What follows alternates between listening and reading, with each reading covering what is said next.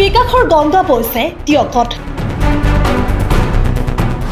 বিকাশৰ গংগাত ঠিকাদাৰে কৰিছে স্নান লোক নিৰ্মাণ বিভাগ নে কমিছন দিয়া কোম্পানী দুটা বছৰটো সম্পূৰ্ণ নোহোৱা এটা পথৰ কাহিনী 1 কোটি 30 লাখ কাৰ পকেটত সোমাল কেন্দ্ৰীয় চৰকাৰৰ বৰবৰ কথা ৰাষ্ট্ৰীয় পথ নিৰ্মাণৰ ক্ষেত্ৰত অভূতপূৰ্ব বেগেৰে অগ্ৰগতি কৰাৰ কথা কেন্দ্ৰীয় চৰকাৰে কাকতে পত্ৰই ঘোষণা কৰিয়ে আছে কিন্তু 1200 মিটাৰ এটা পথক আজি 2 বছৰ ধৰি সম্পূৰ্ণ কৰিব পৰা নাই লোক নিৰ্মাণ বিভাগে কিয়কৰ দৰে এটা ব্যস্ততাপূৰ্ণ অঞ্চলৰ ক্ষেত্ৰত পথ নিৰ্মাণৰ যি লেহেমীয়া গতি সেই ক্ষেত্ৰত ৰাইজে এতিয়া ভুগিবলগীয়া হৈছে জিয়াটো কাণখাৰ নাই বিভাগীয় কৰ্তৃপক্ষৰ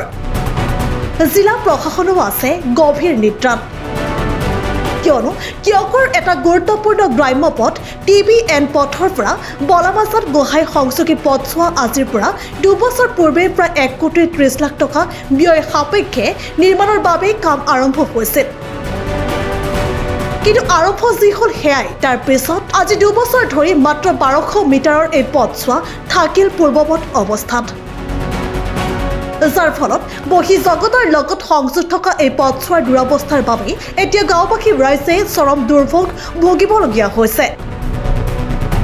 জৰুৰীকালীন অৱস্থাত ৰোগী এজনক চিকিৎসালয় নিয়াৰ ক্ষেত্ৰত আহুকালৰ সন্মুখীন হৈছে গাঁওবাসী ৰাইজ পথছোৱা নিৰ্মাণ নোহোৱাৰ কাৰণ হিচাপে ৰাইজে অভিযোগৰ আঙুলি তুলিছে বিভাগীয় বিষয়া ঠিকাদাৰলৈ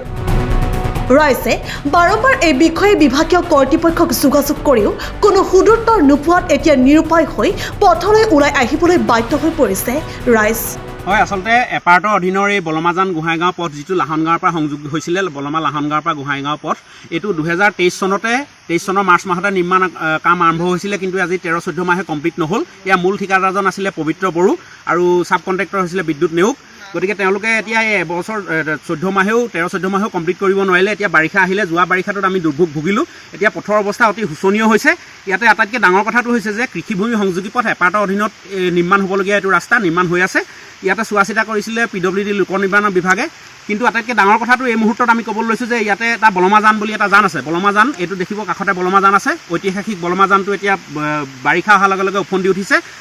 ডাঙৰ কথাটো হ'ল যে এই বলমাজানটো ভেটি থোৱা হৈ আছে এতিয়া এখন স্লেব বনাবৰ কাৰণে বক্স কালভাৰ্ট এটা বনাবৰ কাৰণে গতিকে RCC এইটো বনাবৰ কাৰণে এইটো বন্ধ কৰি দিয়া হৈছিলে কিন্তু এতিয়া তেওঁলোকে ইয়াতে হেমাহি কৰি আজি পৰ্যন্ত খোলাহি নাই এতিয়া এয়া বৰষুণ দি আছে আহিছে বৰষুণ এতিয়া আৰু দুজাকমান বৰষুণ হ'লেই এই কৃষিভূমিসমূহ কিন্তু সম্পূৰ্ণ ইয়াতে মানে জলমগ্ন হৈ যাব আৰু ইয়াতে কৃষিভূমি সংযোগী পথ এইটো এইকাৰণে বনাই দিয়া হৈছে যে কৃষি সামগ্ৰীখিনি আমি কঢ়িয়াই পেলানি বিক্ৰী বাৰ্তা কৰিবৰ কাৰণে কৃষি সামগ্ৰীখিনি শস্য ক্ষেত্ৰৰ পৰা আনিবৰ কাৰণে কিন্তু এতিয়া আমাৰ শস্য ক্ষেত্ৰখন থলীখনেই আমি বানপানীত হেৰুৱাম যেন লাগিছে গতিকে আমি ইয়াতে মুখ্যমন্ত্ৰী মহোদয় আৰু লোক নিৰ্মাণ বিভাগৰ যিসকল উচ্চপদস্থ বিষয়া আছে অসম চৰকাৰক আমি এটা দৃষ্টিগোচৰ কৰাব বিচাৰিছোঁ এই নিউজৰ যোগেদি যে অতি সোনকালে এই কামটো অতি ত্বৰিত গতিত এটা সম্পূৰ্ণ কৰিব লাগে 1 কোটি 29 প্ৰায় 1 কোটি 30 লাখ টকাৰ কাম আছিলে গতিকে